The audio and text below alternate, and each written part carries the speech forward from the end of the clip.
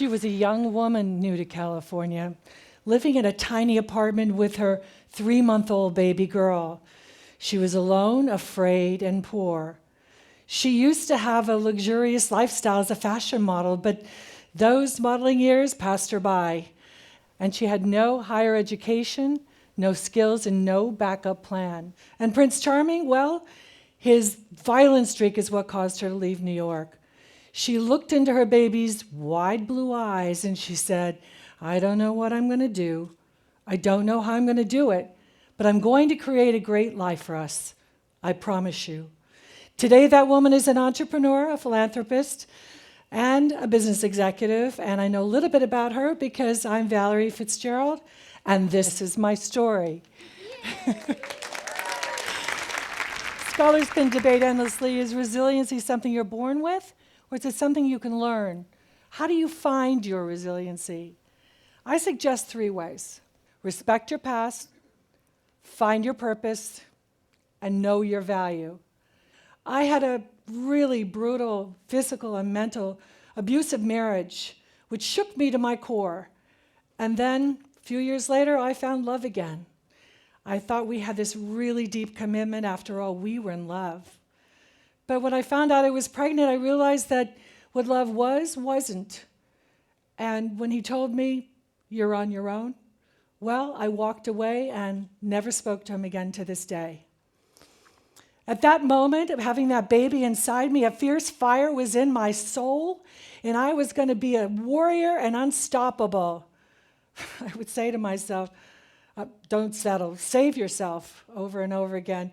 Was I scared? Yeah, I was really scared. I would take all those emotions and put them in a little invisible box near my heart, like I could go back to them another time, because I had no time to feed my fear. What I did learn was that kisses are not contracts. I had a brutal few years, and they'll stay with me the rest of my life, but I learned that I'm a better mother, friend, business partner as a result of them. And when my illusion of Prince Charming came crashing down, my mom came to visit me, and she brought me a poem that forever changed my life. It's called After a While. It's by Veronica Stoffstall, and I don't know if any of you have ever heard of it, but I thought I'd read it to you today because it's really meaningful. After a while, you learn the subtle difference between holding a hand and chaining a soul. And you learn that love doesn't mean leaning, and company doesn't mean security. And you begin to learn that kisses aren't contracts, and presents aren't promises. And you begin to accept your defeats with your head up high and your eyes open, with the grace of a woman, not the grief of a child. And you learn to build all of your roads on today, because tomorrow's ground is too uncertain for plans, and futures do have a way of falling down in mid-flight. And after a while, you learn that even sunshine burns if you get too much, so you plant your own garden and decorate your own soul, instead of waiting for someone to bring you flowers. And you learn that you really can endure, and that you really are strong, and that you really do have worth. And you learn, and with every goodbye, you learn.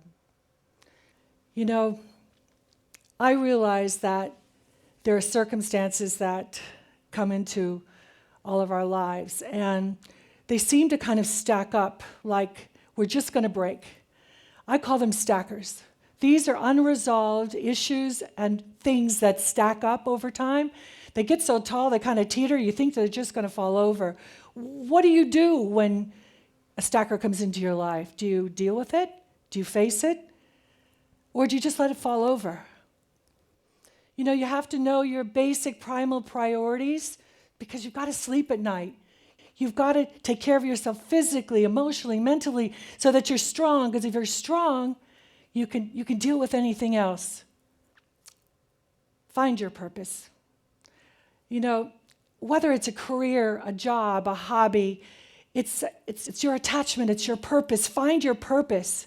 I know that my daughter was my purpose and my focus, and I was so focused on her, sometimes I even forgot about my own circumstances. But through it all, I held to my purpose.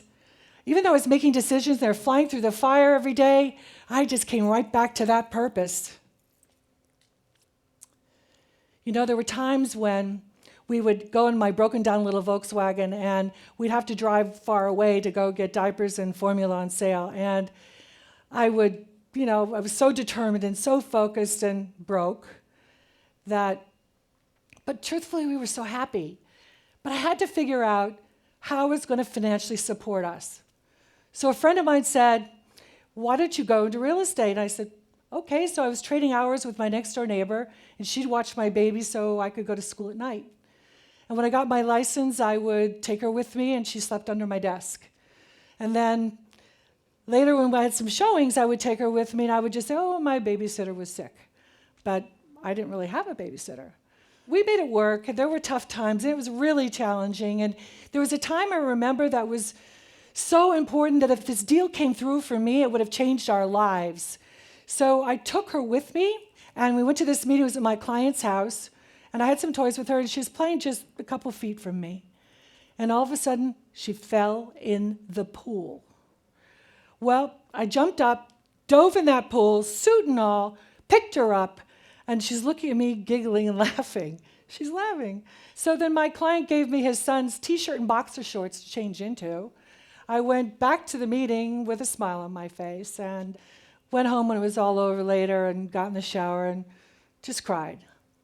There was another time when I had a meeting that I took her with me, and as we're walking in, I had a diaper bag on my shoulder this time, and I had her, and the heel of my shoe broke off. So I took both shoes off, and I put them in my diaper bag. And I walk in with a smile on my face and looking like a mess with a diaper bag on my shoulder, a baby on my hip, and bare feet. Through it all, I held to my purpose. I was so focused like that super mama, because I wanted to thrive, not just survive. I realized that there are difficult circumstances for a lot of people, and we all try so hard. There are so many warriors in this room. We all have the heart and the soul to carry on no matter what comes across our path. You know, it's not a coincidence that today is my daughter Vanessa's birthday. I feel like I'm here speaking to you. I've kind of come full circle. I'm sharing my story with you so that maybe you'll find a little hope in your future. You've got to find your value, though. Value is really important because we're fundamentally all the same. We all have the heart and the soul, and we instinctively know what to do. But remember that even with all the mistakes we make, that they're just part of our journey. Because when we learn from them, we spring back stronger, and we find out who we really are. So in summary, respect your past, find your purpose, know your value. I suggest to you that resiliency isn't something you learn. It's something you want. It's something you want so deep in your heart and soul that it pushes you to follow through. There's a great quote. A winner is just a loser who tried one more time. Think of that. A winner is just a loser who tried one more time. So here's to all of us, and when the going gets tough and rough and we're scared to death and we're fearful, to remember, try one more time. Thank you.